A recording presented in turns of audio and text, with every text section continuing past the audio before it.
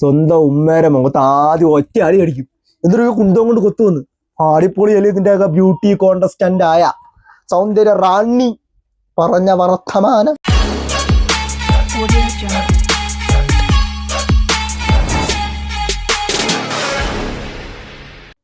Hello friends, welcome back to my new video. ഞാൻ വെള്ളനാടൻ വിനീഷ്. നിങ്ങൾ സ്വാതന്ത്ര്യ സമരത്തിൽ പങ്കെടുത്ത രണ്ട് മഹത് വ്യക്തികളെ കണ്ടിട്ടുണ്ടോ? അതായത് ഈ 2025 നിങ്ങൾ കണ്ടിട്ടുണ്ടോ എന്നാണ് എൻ്റെ ചോദ്യം. കണ്ടിട്ടില്ല എങ്കിൽ ഞാൻ ആ രണ്ട് വ്യക്തികളെ, ഈ സ്വാതന്ത്ര്യ സമരത്തിൽ പങ്കെടുത്ത ആ രണ്ട് വ്യക്തികളെ ഞാൻ നിങ്ങൾക്ക് കാണിച്ചു തരാം. ഓക്കെ, ഞാൻ സ്വാതന്ത്ര്യ സമരത്തിൽ പങ്കെടുത്ത ആ രണ്ട് വ്യക്തികളെന്ന് പറയാൻ കാരണം എന്ന് നിങ്ങൾ ഈ ഒരു വീഡിയോ കണ്ടാൽ നിങ്ങൾക്ക് മനസ്സിലാവും. ഓക്കെ, അപ്പം എന്താണ് ഈ കൊച്ചു കേരളത്തിൽ ഇങ്ങനെയൊക്കെ നടക്കുന്നത് എന്ന് ചോദിച്ചു കഴിഞ്ഞാൽ അതിന് പ്രത്യേകിച്ച് ഉത്തരങ്ങളുമില്ല. ഓരോ കോപ്രായങ്ങൾ ഓരോ ദിവസം നടന്നുകൊണ്ടിരിക്കുന്നു. അതിൽപ്പെട്ട ഒരു കോപ്രായമാണ് ഇത്. അപ്പൊ ഈ ഒരു വീഡിയോ നിങ്ങൾ ഇപ്പൊ ഞാൻ കാണിക്കാൻ പോകുന്ന ഒരു വീഡിയോ നിങ്ങൾ സോഷ്യൽ മീഡിയയിലൊക്കെ നിങ്ങൾ കണ്ടിട്ടുണ്ടായിരിക്കാം. അതിൽ തന്നെ നിങ്ങളുടെ മനസ്സിൽ തോന്നിയ ഒരുപാട് അഭിപ്രായങ്ങൾ നിങ്ങൾ തോന്നിയിട്ടുണ്ടായിരിക്കാം. പല വീഡിയോയുടെയും കമന്റ് ബോക്സിൽ നിങ്ങൾ അതെല്ലാം രേഖപ്പെടുത്തിയിട്ടും ഉണ്ടായിരിക്കാം. ഓക്കെ, അതെല്ലാം അവിടെ പൊയ്ക്കോട്ടെ. പക്ഷെ എനിക്ക് ഈ ഒരു വീഡിയോയ്ക്ക് പ്രതികരിക്കണമെന്ന് തോന്നി. അതുകൊണ്ട് ഞാൻ ഇവിടെ പ്രതികരിക്കാൻ വേണ്ടി വന്നിരിക്കുന്നത് ഒരാളാണ്. ഓക്കെ, അപ്പം എന്നെ അതിൽ നെഗറ്റീവ് പറയുന്ന ആരെങ്കിലും ഉണ്ടെങ്കിൽ എനിക്ക് പ്രത്യേകിച്ച് നിങ്ങളുടെ അടുത്തൊന്ന് പറയാനുള്ളത്, ഇത് എൻ്റെ പ്രതികരണമാണ്. എൻ്റെ മനസ്സിൽ തോന്നിയ കാര്യങ്ങൾ എനിക്ക് പറയാൻ പറ്റുന്ന ഒരു പ്ലാറ്റ്ഫോമായി ഞാൻ ഇതിനെ യൂസ് ചെയ്യുന്നു. അതിന് നിങ്ങളുടെ കമന്റ് ബോക്സിൽ കയറി എന്നെ മോശം കമന്റുകളൊക്കെ ഇട്ട് കഴിഞ്ഞാൽ എനിക്കൊരു കുഴപ്പമില്ല. നിങ്ങൾ എന്ത് വേണോ ഇട്ടോ, എന്ത് വേണോ പറഞ്ഞു, അത് നിങ്ങളുടെ ചോയ്സ് ആണ്. എനിക്ക് ഈ ഒരു വീഡിയോ ചെയ്യാൻ എനിക്ക് തോന്നിയതുപോലെ നിങ്ങൾക്ക് കമന്റ് ഇടാം, അത്രേ ഉള്ളൂ. ഇതൊന്ന് ലാഭടിപ്പിക്കുന്ന ആ രണ്ട് വ്യക്തികളെ ഞാൻ നിങ്ങൾക്ക് കാണിച്ചു തരാം.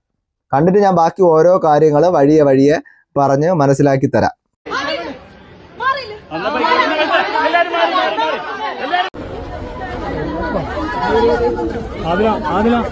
അനുമോള് ഡിസർവിംഗ് ആണോ? എന്ത് തോന്നുന്നു?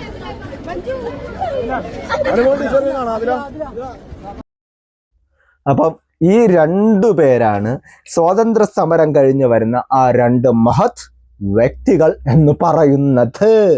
അപ്പം എന്താണ് ഇവർ ഈ നാടിന് വേണ്ടി ചെയ്തത്?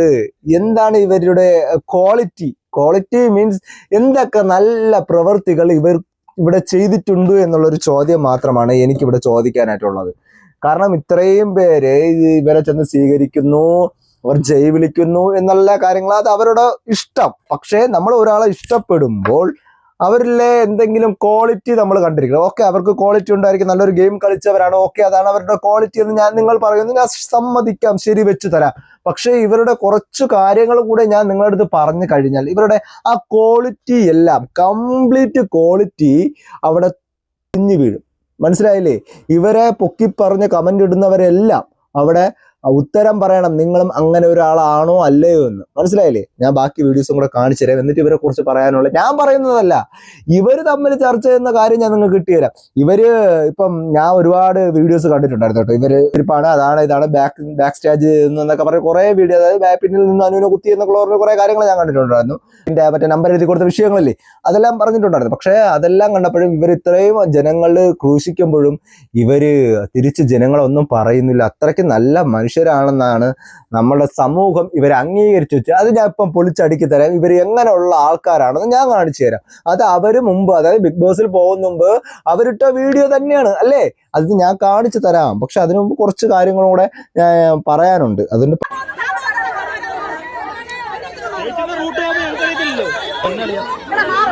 അപ്പൊ ലോക മഹായുദ്ധം കഴിഞ്ഞ് വിജയിച്ചു വരുന്ന രണ്ടുപേരെ കൊണ്ട് നമ്മുടെ നാട്ടിലെ, അതായത് അറിയപ്പെടുന്ന ഒരാൾ, അതായത് സ്ത്രീയുടെ ഉന്നമനത്തിന് വേണ്ടി പ്രവർത്തിക്കുന്ന ഒരാളാണെന്നൊക്കെയാണ് പറയുന്നത്. കൊണ്ടുവരികയാണ്, ആയിക്കോട്ടെ, അവരെ കാഴ്ചപ്പാടിൽ അവർ ശരിയാണ്, ഓക്കെ. പക്ഷെ എൻ്റെ ഒരൊറ്റ ചോദ്യം എന്ന് പറയും, ഇവരിവിടെ വരുന്നത് ഈ മീഡിയകളെ അറിയിച്ചത് ആരായിരിക്കും? ഇന്ന രണ്ട് വ്യക്തികൾ ഇന്ന ദിവസം ഇന്ന സമയത്ത് ഇവിടെ ലാൻഡ് ചെയ്യുന്നു, ഞങ്ങൾ സ്വീകരണം കൊടുക്കുന്നു എന്ന് പറയും ഒരു മീഡിയയെങ്കിലും അറിയിച്ചത് അത് ആരായിരിക്കും? അതുകൊണ്ടാണല്ലോ ഇവന്മാര് ക്യാമറയെ തൂക്കി പിടിച്ചോണ്ട് അവിടെ ചെന്നിരിക്കുന്നത് അല്ലേ. പക്ഷെ എനിക്ക് ഉമ്മാരുടെ അടുത്തൊരു കാര്യം എനിക്ക് നിന്റെ അടുത്ത്, നിനക്കതൊന്നും നാണമില്ലേടാ എന്നേ ഞാൻ ചോദിക്കാറുള്ളൂ. നിന്നെയൊക്കെ ഇത്രയ്ക്ക് മാത്രം അവൾ അവിടെ ഇൻസൾട്ട് ചെയ്യുന്നില്ലേ? എന്തിനാണ് ഇവളുടെയൊക്കെ പുറകെ ഈ പട്ടി വാലാട്ടി പോകുമ്പോൾ ഈ ക്യാമറയെ തൂക്കിക്കൊണ്ട് പോകുന്നതെന്ന് മാത്രമേ എനിക്ക് ഈ സോഷ്യൽ മീഡിയയിൽ ഇങ്ങനെ വീഡിയോ എടുത്ത് നടക്കുന്നവന്മാരുടെ എനിക്ക് ചോദിക്കാറുള്ളൂ. മനസ്സിലായില്ലേ? എടാ നമുക്കൊരു വിലയുണ്ട്, ആണായിരുന്നാലും പെണ്ണായിരുന്നാലും ഒരു വിലയുണ്ട്, മനുഷ്യനായ ഒരു വിലയുണ്ട്. നിന്റെ കയ്യിലിരിക്കുന്ന ആ ഒരു ഫോണിന്റെ വില പോലും നിനക്കൊന്നും ഇവളുമാർ തന്നിട്ടില്ല എങ്കിൽ പിന്നെ എന്തിനാടോ നീയൊക്കെ ഇവളെയൊക്കെ പുറകെ ഇങ്ങനെ ഒരു പട്ടി ചന്തയ്ക്ക് പോകും പോലെ പോകുന്നതെന്ന് മാത്രമേ ചോദിക്കാൻ എനിക്ക് നിങ്ങളുടെ അടുത്തുള്ളൂ. പക്ഷെ ഇത് നിങ്ങൾക്ക് ചിലപ്പോൾ നിങ്ങളുടെ ഇവര് വീഡിയോ എടുത്തിട്ട് കഴിഞ്ഞാൽ നിങ്ങൾക്ക് റീച്ച് കിട്ടും, പൈസ കിട്ടും, അങ്ങനെയുള്ളതായിരിക്കാം. പക്ഷെ എന്ത് ചെയ്യുന്നതിന് അന്തസ്സായിട്ടുള്ള കാര്യങ്ങൾ ചെയ്യുക. ഓക്കെ, അന്തസ് അത് കൂടപ്പിറപ്പ് പോലെ നമ്മുടെ ജീവിതത്തിൽ ഉണ്ടാവേണ്ട ഒരു കാര്യമാണ് ഈ അന്തസ് എന്ന് പറയുന്നത്. മനസ്സിലായില്ലേ? ഇന്ന് നമ്മൾ സോഷ്യൽ മീഡിയയിൽ ഒരുപാട് വീഡിയോസ് കാണുന്നുണ്ട്. ഒരു ഭാര്യയുടെ ഭർത്താവിൻ്റെ ഒക്കെ വീഡിയോ, അയ്യോ അതിനെക്കുറിച്ച് ഞാൻ പറയുന്നില്ല. പൈസയ്ക്ക് വേണ്ടി എന്തും കാണിക്കുന്ന കുറെ പേര്, അക്കൂട്ടത്തില് ആവാതിരിക്കാൻ നിങ്ങൾ ശ്രമിക്കുക. ഓക്കെ, ഇപ്പൊ ഞാൻ ഈ വീഡിയോ ചെയ്യുന്നത് എനിക്ക് തെറ്റാണ്, അല്ലെങ്കിൽ എനിക്ക് ഇവർ ഇത്രയ്ക്ക് മാത്രം ഇവർക്ക് വേണ്ടി പ്രയത്നിച്ചപ്പോൾ ഒന്നും അറിയാതെ പോയ ഒരു ലോകം അറിയാതെ പോയ, അല്ലെങ്കിൽ അവിടെ ഒരു സെലിബ്രിറ്റി അല്ല അംഗീകരിക്കപ്പെടേണ്ടവർ ചവിട്ടി താഴ്ത്തി എന്നൊരു വീഡിയോ കൂടെ ഞാൻ കണ്ടിട്ടുണ്ടായിരുന്നു. ആ വീഡിയോ ഈ വീഡിയോ വെച്ചാണ് ഞാൻ കമ്പയർ ചെയ്യാൻ വേണ്ടി വന്നത്. അപ്പം അതും ഇതും പിന്നെ ഇവരുടെ ക്യാരക്ടറും എനിക്ക് കാണിക്കണമെന്നുണ്ടായിരുന്നു, അതുകൊണ്ട് ഞാൻ വരുന്നതാണ്, അല്ല വേറൊന്നുമല്ല. അപ്പൊ നിങ്ങൾ ഇനിയും പുറകെ വീഡിയോ എടുക്കാൻ നടന്നോളൂ, വായിരിക്കുന്നതെല്ലാം കേട്ടോളൂ, നിങ്ങൾ അഭിമാനം നിങ്ങൾ അടിയറവ് വെച്ചോളൂ. എനിക്ക് അത് മാത്രമേ ഈ മീഡിയ പ്രവർത്തകർ, അതായത് സോഷ്യൽ മീഡിയ പ്രവർത്തകരോട് പറയാനുള്ളൂ. അല്ല യഥാർത്ഥ മാധ്യമ പ്രവർത്തകരാരും ഈ പരിസരത്താരും വന്നിട്ടില്ല എന്നുള്ളതാണ് പ്രധാന കാരണം. വഴിമാറി ഇല്ലെങ്കിൽ ഞാൻ ഇടിക്കും. എന്തിനാണോ ഇങ്ങനെ വായി നിന്നിട്ട് കേൾക്കാൻ നിൽക്കുന്നത് നീയൊക്കെ? ഓക്കെ, അതെന്തോ ആയിക്കോട്ടെ, നിങ്ങൾക്ക് പണം കിട്ടാൻ വേണ്ടി നിങ്ങൾ പലതും കേൾക്കേണ്ടി വരുമായിരിക്കും, കേട്ടോളൂ, അതിന് വിഷയമുള്ള കാര്യങ്ങളൊന്നുമല്ല. ബാക്കി വീഡിയോകൾ ഞാൻ കാണിച്ചു തരാം.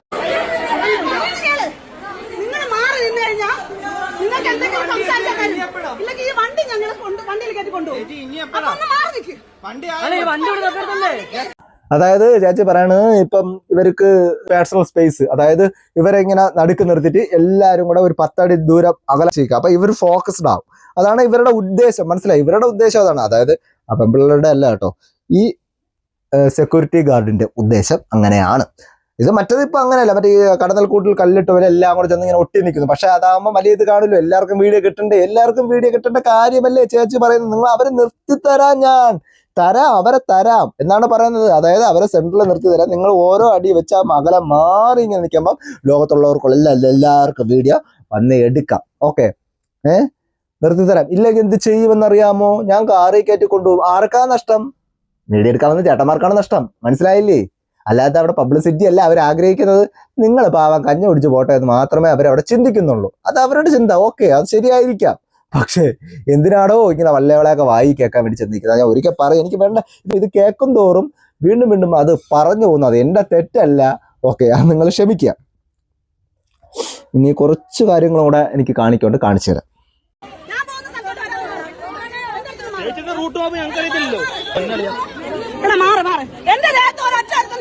ഇങ്ങോട്ട് വന്ന് കയറിയ പിന്നെ കൈ കൊണ്ട് തള്ളി മാറ്റാൻ തന്നെ ചെയ്യും. ചേച്ചി ഇങ്ങോട്ട് വന്ന് കയറിയതാ. ചേച്ചിന്റെ റൂട്ട് പോകുമ്പോൾ ഞങ്ങൾക്ക് അറിയത്തില്ലല്ലോ. നിങ്ങൾക്ക് വീഡിയോ എടുക്കാം. എന്റെ ദേഹത്തേക്ക് വരരുത്. എന്റെ ദേഹത്ത് വരണവന്മാരെ ഞാൻ പോണ വാക്കിന് വരണവന്മാർ വന്നു കഴിഞ്ഞാൽ ഇടിക്കും. അങ്ങനെ പോകണമെന്നുള്ളവർ ഈ മീഡിയ അറിയിക്കേണ്ട കാര്യമില്ല. നിങ്ങൾ ഇത്രയ്ക്ക് ഒരു ആഘോഷമാക്കി അവരെ വിളിക്കണം. അവർ നോർമലായിട്ട് എയർപോർട്ടിൽ വന്നിട്ട് അവർ വരും. അവർ വീട്ടിൽ പോയിട്ട് നിങ്ങൾക്ക് അവരുടെ പോയി പിക്ക് ചെയ്തിട്ട് നിങ്ങൾക്ക് ആഘോഷിക്കാമായിരുന്നില്ല. ആ ഒരു മീഡിയ നിങ്ങളുടെ പുറകെ വരില്ലായിരുന്നല്ലോ.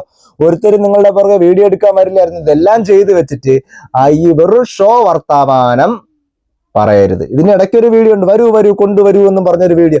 പോരട്ടെ മറ്റേ നമ്മളെ പഞ്ചാബി ഹൗസ് സിനിമയിൽ നമ്മളെ ഹരിശ്രീ മറ്റേ ആര് പറട്ടെ, സോണിയ വന്നാട്ടെ എന്ന് പറയുമ്പോൾ ഒരു ഡയലോഗ് പോലെ ആയിപ്പോയി എന്നാണ് എനിക്കത് തോന്നുന്നത്. ഞാൻ ആ വീഡിയോ ഞാൻ നിങ്ങൾക്ക് കാണിച്ചു തരാം.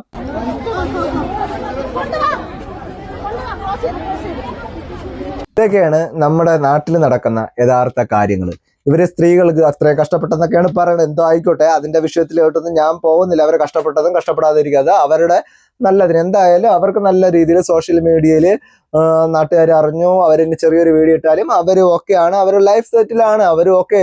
തമ്മില് വിവാഹം കഴിച്ച രണ്ട് സ്ത്രീകളാണ്. മാറിപ്പോയി, നമ്മളുടെ വായിൽ അതേ വരുള്ളൂ, സ്ത്രീയും പുരുഷനും എന്നൊക്കെ പറയാം. ഓക്കെ, അങ്ങനെ അതിൽ ആരാണ് ഭാര്യ ആരാണ് ഭർത്താവ് എന്നൊക്കെ അവർ തമ്മിൽ ഡിസൈഡ് ചെയ്തിട്ട് അതൊന്നുമല്ല വിഷയം. അതങ്ങനെ നടക്കട്ടെ. പക്ഷേ ഇവിടെ നിങ്ങൾ ഈ പൊക്കി വെച്ചോണ്ട് നടക്കണമെന്നുള്ള യഥാർത്ഥ ക്യാരക്ടർ എന്താണെന്ന് നിങ്ങൾക്ക് അറിയാമോ? മുമ്പ് ഇവർ നല്ലവരാണ്, ഇവർ സെറ്റപ്പാണ്, കിടിലാണെന്നൊക്കെ പറയുന്നവര് സ്ത്രീകളുടെ ഉന്നമനത്തിന് വേണ്ടി പ്രവർത്തിക്കുന്നവരൊക്കെ ആണെന്നാണ് എനിക്ക് തോന്നുന്നത്. ഇവര് എന്താ ഫെമിനിസ്റ്റ് അങ്ങനെ എന്തോ ആണ് അല്ലേ? അപ്പൊ എന്താ ആയിക്കോട്ടെ, സ്ത്രീകൾക്ക് വേണ്ടി പ്രവർത്തിക്കുന്നവരാണല്ലോ. അതെന്തോ ആയിക്കോട്ടെ. ഇപ്പം ഇവരെ ചിത്രീകരിക്കുമ്പം ഇവരുടെ നല്ല വശങ്ങൾ മാത്രം നിങ്ങൾ ഉൾക്കൊള്ളിക്കുന്നു അല്ലെ. ഇവർ ബിഗ് ബോസിനകത്ത് 100 ദിവസം നിന്ന് തരണം ചെയ്ത് വന്നവരാണ്, ധീര വനിതകളാണ്. സ്വാതന്ത്ര്യ സമരത്തിന് പോലും വേണമെങ്കിൽ ഇവർക്ക് പങ്കെടുക്കാൻ പറ്റുമായിരുന്ന 2 വ്യക്തികളെന്നൊക്കെ ആണെങ്കിൽ നമുക്കത് ഇവര് അങ്ങനെ ഉന്നയിക്കുന്നത്. പക്ഷേ ഞാൻ ഒരു കാര്യം പറഞ്ഞു, സിമ്പിളായിട്ട് ഒരു ഉദാഹരണമാണ്, നിങ്ങൾ കേൾക്കുക.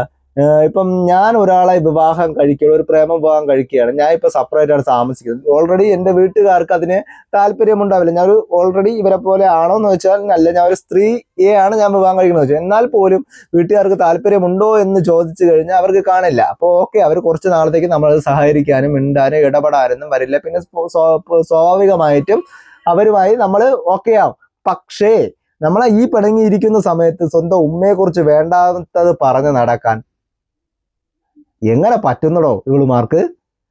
അതിനൊരു വീഡിയോ ഞാൻ കാണിച്ചു തരാം, നിങ്ങൾക്ക് കണ്ടു നോക്കിയിട്ട് ബാക്കി കാര്യങ്ങളിലേക്ക് ഞാൻ വരാം. ഒക്കെ ക്ലിയർ ഒന്നുമില്ല ആ വീഡിയോ, എങ്കിലും ഇവരുടെ സോഷ്യൽ മീഡിയയിൽ ഇവർ ബിഗ് ബോസിന് പോകുന്ന മുമ്പ് സ്വന്തം അമ്മയെ തൊലിക്കുന്ന 2 സ്ത്രീകളായിട്ടാണ് എനിക്ക് തോന്നിയത്. എത്രമാത്രം ആ പ്രസവിച്ച ഉമ്മ നൂറ എന്ന് പറഞ്ഞാൽ, അതായത് നിങ്ങളുടെ സൗന്ദര്യ റാണി ഐശ്വര്യ റായിനെ താഴേക്കുന്ന അവളുടെ അനിയത്തി എന്നൊക്കെയാണ് നിങ്ങൾ പറയണത്. അവൾ തൊലി എടാ, മുഖത്ത് മാത്രം സൗന്ദര്യം ഉണ്ടായിട്ട് കാര്യമില്ല എന്നുള്ളതിന്റെ ഏക ആൾക്കാർ പറയും. സൗന്ദര്യം ഉണ്ടാവേണ്ടത് ഫേസിലല്ല മനസ്സിലാണെന്നല്ലേ ആൾക്കാർ പറയണത്. അതാണ് ഇവിടെ കാണിക്കുന്നത്. നിങ്ങൾ സൗന്ദര്യ ദേവതയുടെ വായി നിന്ന് വന്നാൽ നല്ല തേൻ മൊഴിഞ്ഞ വാക്കുകൾ അമൃതായിട്ട് വാരി നക്കിക്കോ, ഞാൻ കാണിച്ചു തരാം. സംസാരിക്കാം. അപ്പൊ വേഗം ആദ്യം ചെയ്യാം. ഞാൻ പോസിറ്റീവ് ആയിട്ട് ഉമ്മയുടെ ഒരു നേച്ചർ എനിക്ക് അറിയാം.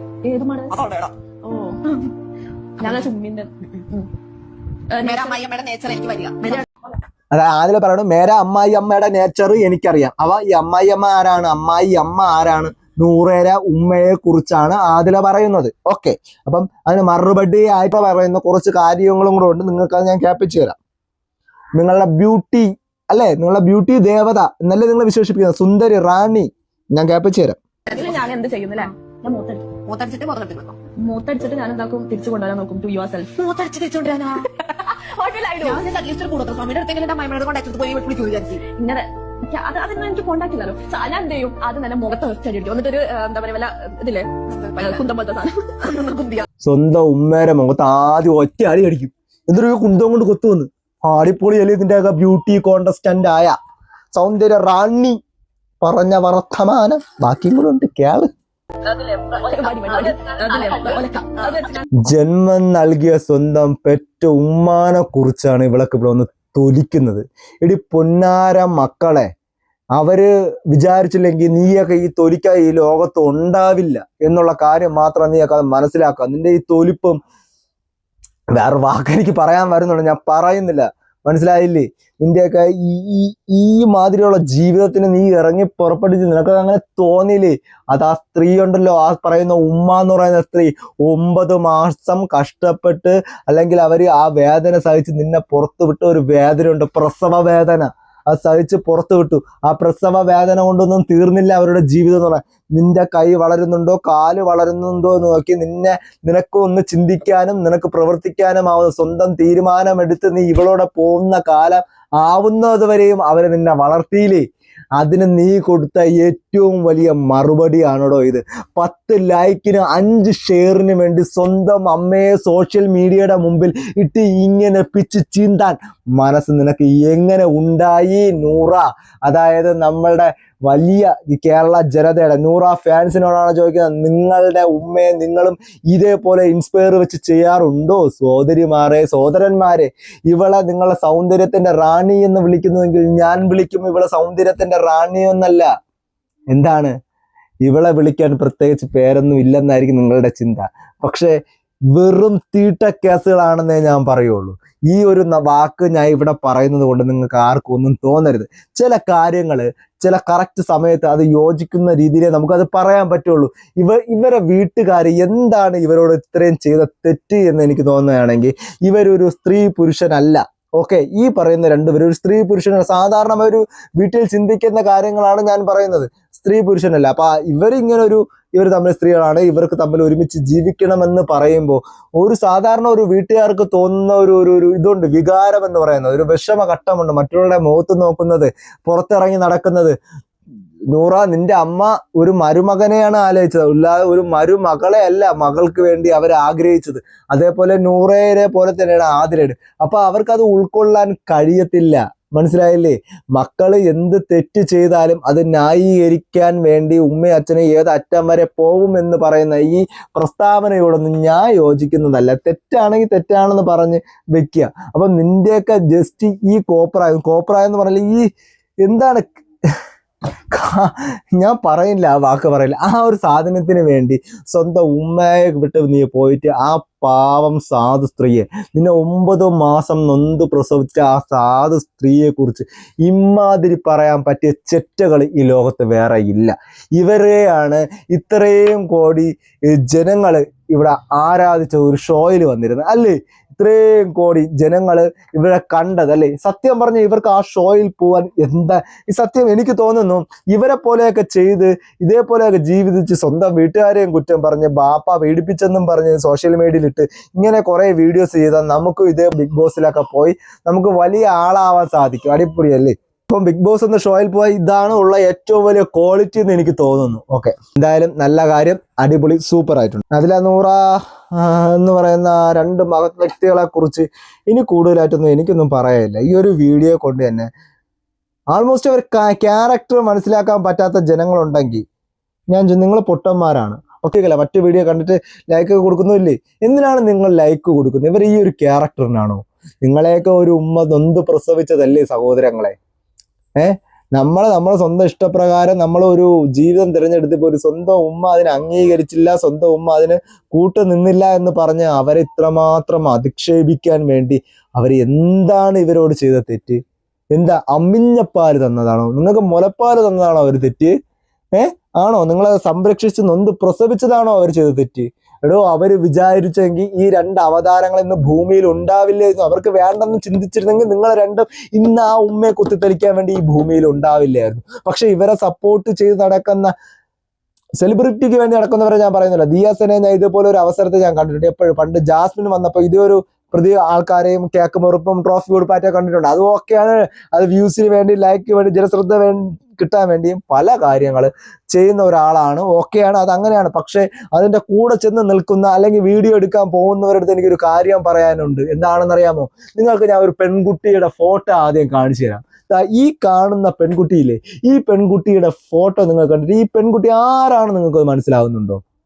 നിങ്ങളിൽ 99% ആൾക്കാർക്കും ഈ കുട്ടി ആരാണെന്ന് നിങ്ങൾക്കറിയില്ല. എന്നാൽ ഞാൻ നിങ്ങൾക്ക് പറഞ്ഞുതരാം. ഈ കുട്ടിയുടെ പേരാണ് ദേവനന്ദ.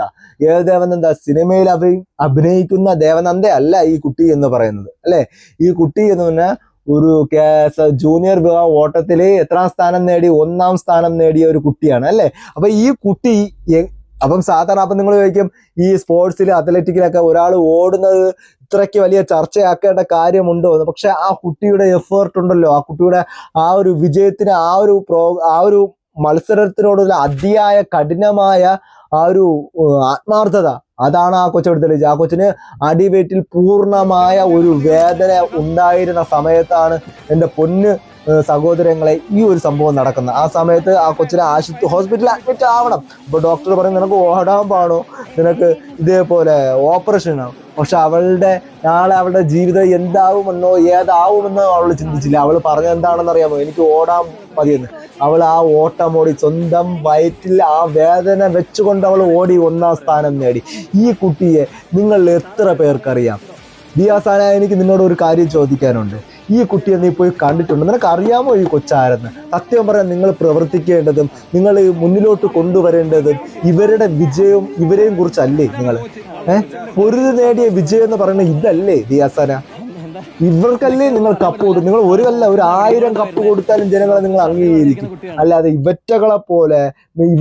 ഇവറ്റകളെ മീൻസ് ഈ ആദില നൂറെ പോലെ ഉള്ളവര് നിങ്ങൾ ഈ സ്വാതന്ത്ര്യ സമരം കഴിഞ്ഞ് വരുന്ന ആ ഒരു ഫീലിങ്ങോടെ സ്വീകരിക്കാനും ഇത്രമാത്രം സെക്യൂരിറ്റി കൊടുക്കാനും എന്താണ് ഇവർ ചെയ്ത ക്വാളിറ്റി എന്നുള്ള ചോദ്യം ഇപ്പോഴും എനിക്കത് ബാക്കിയാണ്.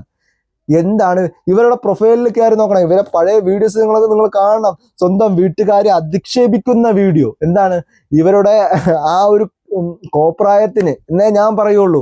കോപ്രായം എന്ന വാക്ക് മാത്രമേ ഞാൻ ഉദ്ദേശിക്കുകയുള്ളൂ. അതിന് എന്ത് വേണോ നിങ്ങൾക്ക് പറയാം. അതിന് വീട്ടുകാർ കൂട്ടു നിൽക്കാത്തത് കൊണ്ട് അപ്പം ഈ വീഡിയോ മാത്രമേ എനിക്കിപ്പോൾ നിങ്ങളുടെ അടുത്ത് കാണിക്കാനും പറയാനും ഉള്ളൂ.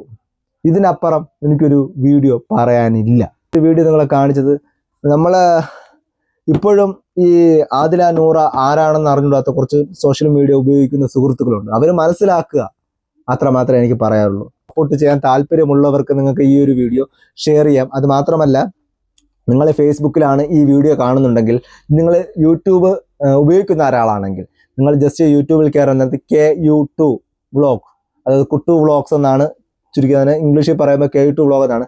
ആ ഒരു ചാനൽ ജസ്റ്റ് ഒന്ന് കയറി വാച്ച് ചെയ്യുക, വീഡിയോസൊക്കെ ഒന്ന് ജസ്റ്റ് ഒന്ന് നോക്കുക. നിങ്ങൾക്ക് ആ ചാനൽ ഇഷ്ടപ്പെടുകയാണെങ്കിൽ ജസ്റ്റ് ഒന്ന് സബ്സ്ക്രൈബ് ചെയ്യുക, എൻ്റെ വീഡിയോസ് ഒന്ന് സപ്പോർട്ട് ചെയ്യുക. അതുപോലെ ഫേസ്ബുക്കിലാണ് കാണുന്നുണ്ടെങ്കിൽ ജസ്റ്റ് നിങ്ങൾ എൻ്റെ ഒന്ന് ഫോളോ ചെയ്ത് വെക്കുക. ഓക്കെ, അപ്പം അടുത്തൊരു വീഡിയോ ആയിട്ട് പിന്നെ കാണാം.